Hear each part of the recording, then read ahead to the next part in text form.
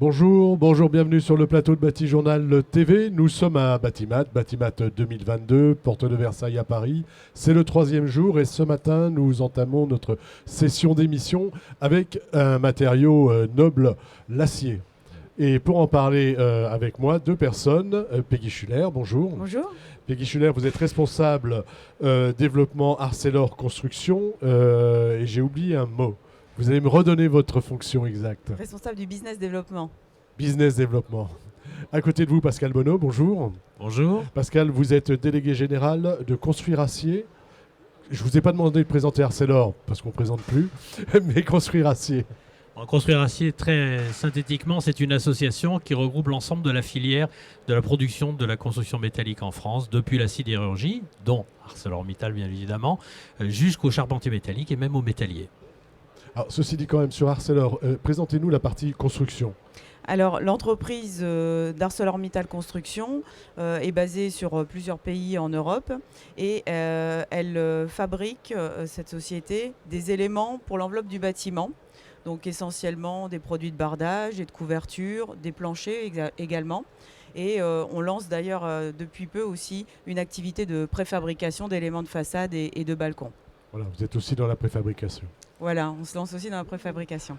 Alors Pascal, on va commencer avec vous. On parlera d'enveloppe un peu plus tard. Là, on va parler structure. Les tendances, c'est quoi aujourd'hui ? Alors, les tendances aujourd'hui sont surtout liées au contexte environnemental qui est imposé par la RE 2020, c'est-à-dire que dans le cadre de la décarbonation du bâtiment, eh bien, tous les composants de construction se doivent d'aller sur le chemin de la décarbonation. Et pour ça, mis à part, je dirais, le travail qui est effectué par tous les producteurs, je dirais, sur le matériau voilà. lui-même, il y a également... Voilà, ce travail existe aussi, je vous interromps, sur l'acier, mais on a choisi de ne pas en parler parce que c'est très complexe, ça mériterait une émission. Là, on va vraiment parler du matériau acier dans le cadre d'une construction qui doit être à faible impact carbone. Tout à fait. Et bien pour ça, on a en fait deux vecteurs, je dirais, importants, qui est celui en fait de la mixité des matériaux, c'est-à-dire de mettre le bon matériau au bon endroit. C'est bateau, c'est déjà dit depuis très longtemps. Mais il faut y penser, c'est-à-dire que dans ce cas-là, aujourd'hui, la construction métallique et les structures métalliques, notamment quand elles sont visibles, doivent s'appuyer sur un développement de l'ingénierie de mixité. Et quand je parle de mixité, je vais parler à la fois de mixité acier-acier, et également d'autres matériaux, d'acier-bois, acier-béton, etc. La mixité acier-acier, c'est quoi ? Alors la mixité acier, voilà, non, c'est pas seulement là en fait j'ai synthétisé la totalité des mixités liées, je dirais, à l'acier en tant que tel, c'est la partie que l'on connaît tous qui est acier-béton, qui est celle que vous avez en haut à droite, qui est par exemple le plancher collaborant, qui permet de faire des planchers en 12 cm d'épaisseur. Et donc le fait d'utiliser des aciers à haute performance permet aussi de diminuer le volume de béton embarqué, notamment dans les bâtiments tertiaires. Vous avez également la connexion solive, donc on est vraiment dans de l'ingénierie là, la connexion solive plancher collaborant qui permet de diminuer également les hauteurs de solive, donc qui dit des solives plus petites, dit également donc moins de kilos d'acier, et moins de kilos d'acier, c'est moins de kilos de CO2 produit. Et puis vous avez d'autres systèmes moins connus comme les poutres cellulaires qui permettent... Alors les poutres cellulaires, c'est pas des poutres avec des trous, hein, ça c'est ce que tout le monde croit, mais c'est une poutre qui est découpée, décalée, ressoudée, comme le schéma que vous avez en bas ou au centre, et qui permet en fait d'obtenir une inertie plus importante avec le même poids d'acier au départ qu'une poutre plus petite. Ce système-là permet de passer les gaines, notamment dans les bâtiments tertiaires, dans l'épaisseur des poutres. Et donc, on s'affranchit de l'épaisseur d'un plénum pour passer les gaines. Et ces épaisseurs de plénum gagnées, qui peuvent aux alentours de 40 cm généralement, se retrouvent en gain également sur la façade, puisqu'il y a 40 cm de façade en moins par étage. Voilà, on fait une économie de la façade. Exactement. Donc, le choix d'une technologie de structure peut générer énormément de gains sur les autres corps d'état du bâtiment. Et donc finir avec un bilan carbone du bâtiment amélioré et pas simplement par le simple fait de la structure. Sur cet aspect-là ? Alors, nous aussi, on travaille beaucoup sur cet aspect parce qu'évidemment, comme on le dit, On le verra après. on le verra après, mais on a donc des concepts de façade, de poutres qu'on appelle slim floor aussi, dans le même principe, qui permettent de glisser le plancher dans la poutre et de gagner un étage sur un bâtiment de 9 étages, ce qui permet, comme on l'a dit aussi, de réduire environ 12% de façade. Voilà, donc en fait, on fait un gaz sur la façade, il faut voir le bâtiment dans son ensemble, et l'idée, c'est le bon matériau au bon endroit. Tout à fait. Alors, on a d'autres Allez-y. types de mixité. Donc, si on passe à On va passer à la photo suivante. la photo suivante, donc, vous avez des systèmes constructifs qui sont développés par des industriels qui utilisent déjà la mixité. Les systèmes Easy Joist sont très certainement connus de certains des visiteurs de Batimat d'ailleurs. Et donc, le Wolf est un grand producteur anglais qui fait de ce type de construction mixte acier-bois. Donc là, on a des connecteurs en acier, c'est ça? On a des connecteurs en acier sur la diapositive du bas, alors que sur les deux autres systèmes, on est plutôt en mixité, je dirais, soit poteau et poutraison, c'est-à-dire solive, je dirais, sur le bâtiment de gauche, ou avec des systèmes complexes, je dirais, où vous avez des parois complètes en bois, comme des murs pleins, et puis des éléments structurels derrière pour redescendre les efforts plus importants. Mais là, on est dans le cadre d'un industriel. Après, ce qui est intéressant, si on passe à la diapo suivante, c'est d'imaginer que par l'ingénierie, on peut développer d'autres systèmes.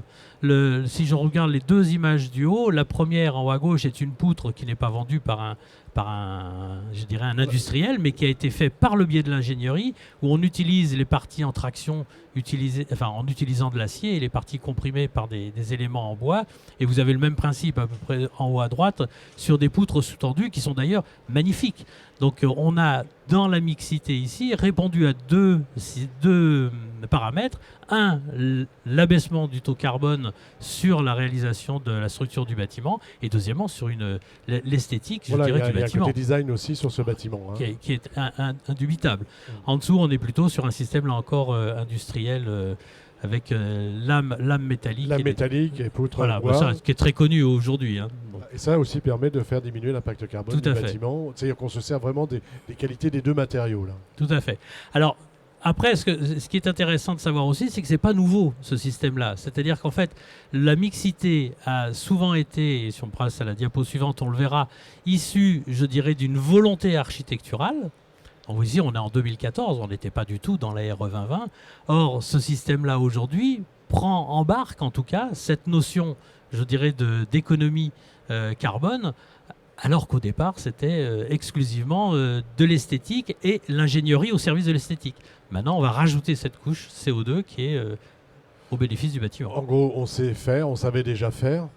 Et aujourd'hui, on va aller un peu plus loin. C'est quoi les évolutions sur ce type de système ensuite qu'il peut y avoir? Les évolutions, en fait, sont plutôt de nature calcul. Puisqu'en fait, quand on regarde aujourd'hui, je dirais les eurocodes, on n'a pas d'eurocode acier-bois.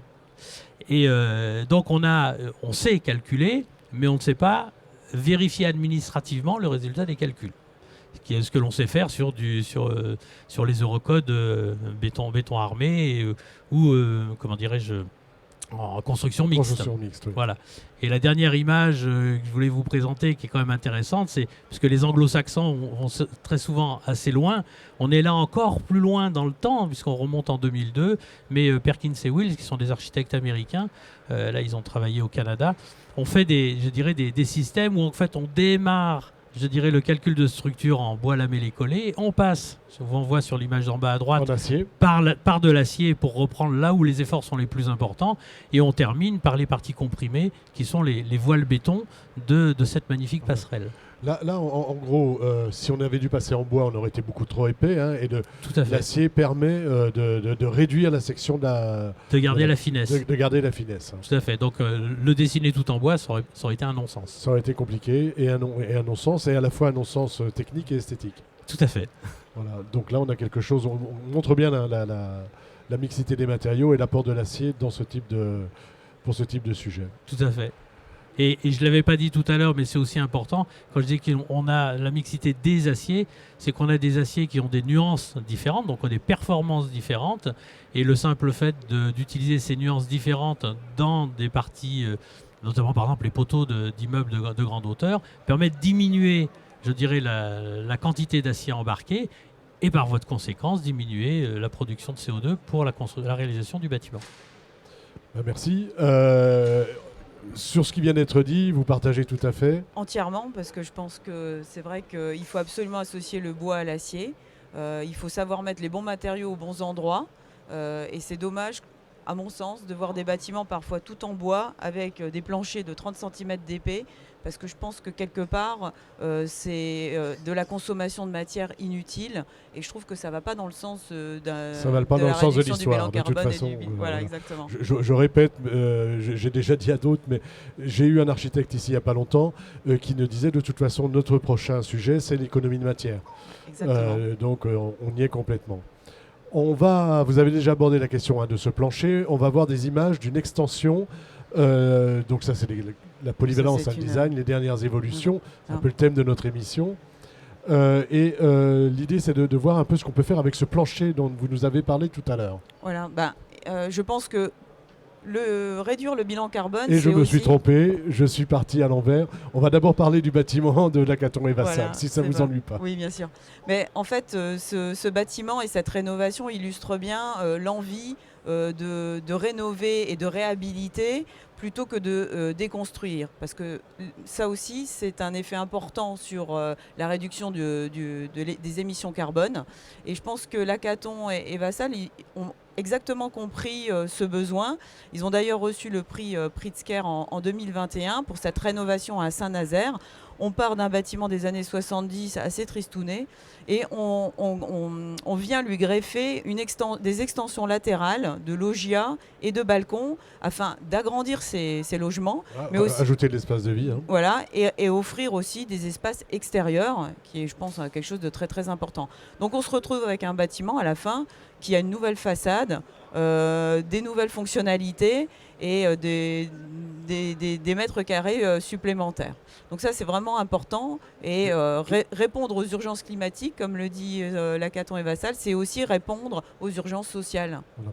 Et donc l'acier, là, permet, par sa légèreté, quel est l'apport de la structure acier ici? Alors, on a des poteaux poutres qui sont très légers, évidemment, qu'on va pouvoir venir fixer sur la structure existante en béton. Et on vient rapporter des planchers, légèreté oblige, qui vont permettre d'étendre ces mètres carrés supplémentaires. Donc la légèreté avant tout. Voilà, légèreté avant tout. Et la rapidité de montage. Puisque là, on est dans un concept un peu de préfabrication, puisque les poutres sont déjà préparées à l'avance, les planchers également. Donc on monte ça très rapidement en quelques semaines.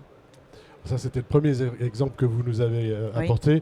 C'est une extension, on va dire, un épaississement de façade latéral. Là, on part dans une extension en hauteur. Et là, pareil, l'acier a des atouts. Voilà. Donc là, ici à Marseille, c'est un immeuble tertiaire qui va connaître une seconde vie. Donc on va le transformer en bâtiment à la fois tertiaire et à la fois résidentiel. On vient lui ajouter des niveaux complémentaires. Donc là, évidemment, encore un point important, la légèreté de l'acier. Puisque on ne modifie pas les fondations du bâtiment existant. Donc dans ce cadre-là, on a surélevé de 2 niveaux et on arrive à un R+9. Donc on a ajouté 3500 m² supplémentaires de logements et de bureaux d'activité dans ce logement. On a utilisé le concept Slim Floor pour pouvoir justement limiter l'encombrement de ces poutres et de pouvoir avoir des niveaux plus bas. Donc on gagne évidemment quelques centimètres. Et donc on complète toujours sur cette notion de légèreté, puisqu'on gagne environ 12% de façade, ce qui contribue à éviter la surcharge dans le bâtiment. Là, on est vraiment sur des éléments très fins, en fait. Voilà.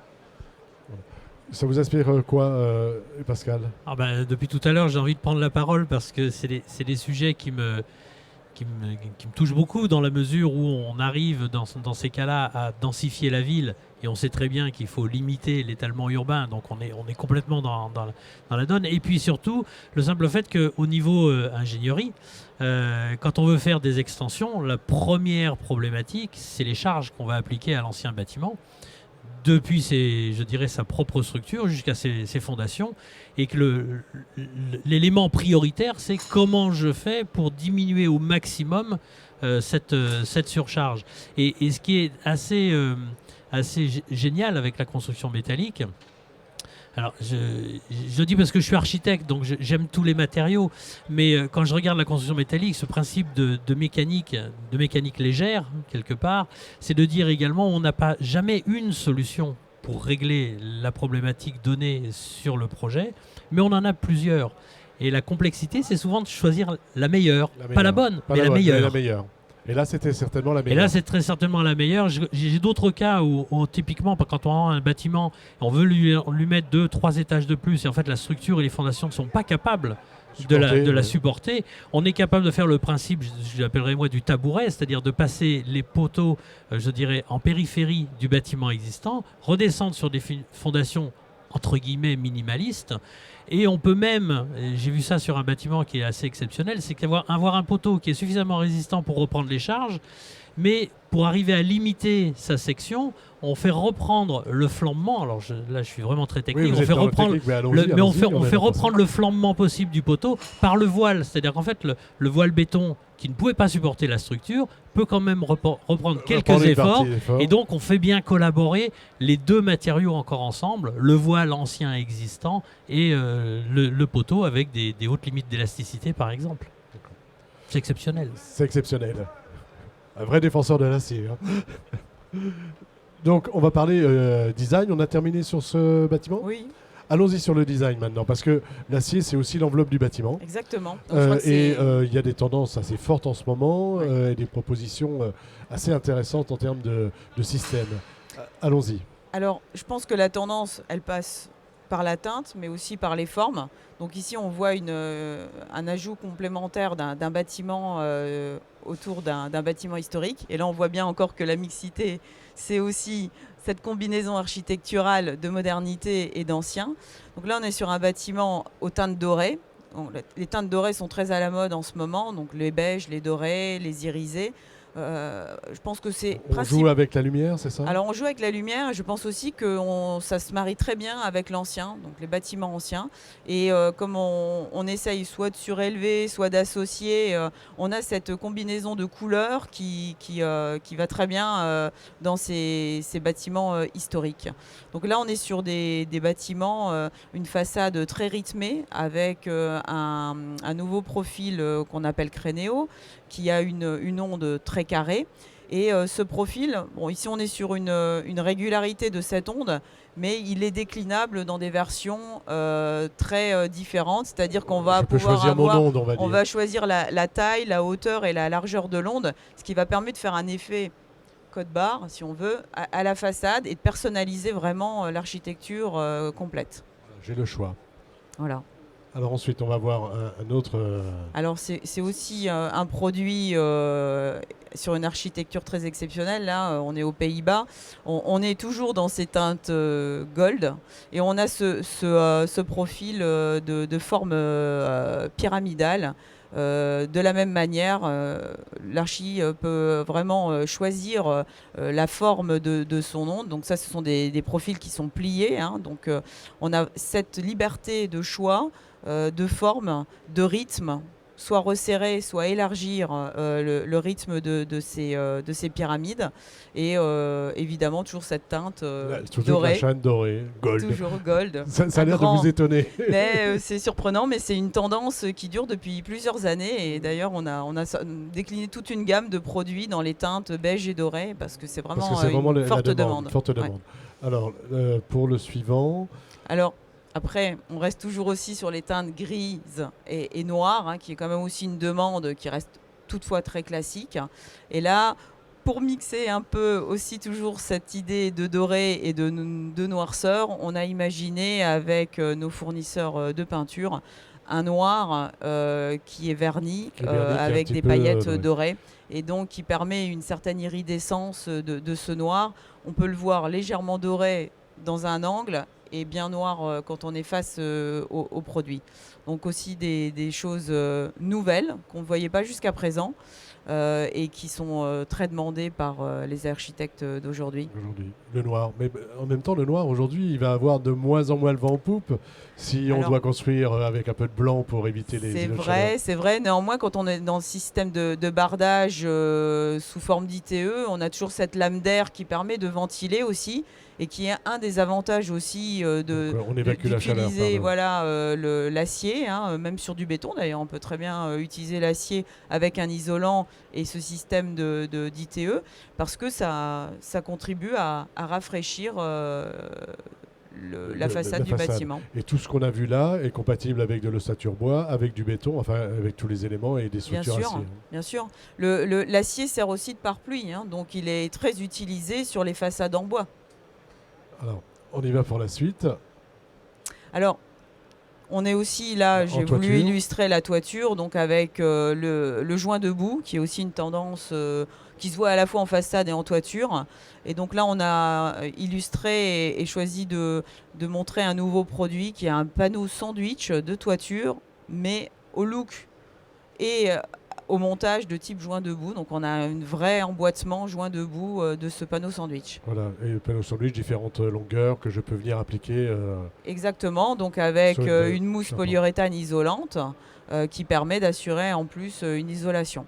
Un produit qui est même aussi posé en façade, toujours dans cette optique d'ITE par certains clients. Donc on a fait un bon petit tour d'horizon.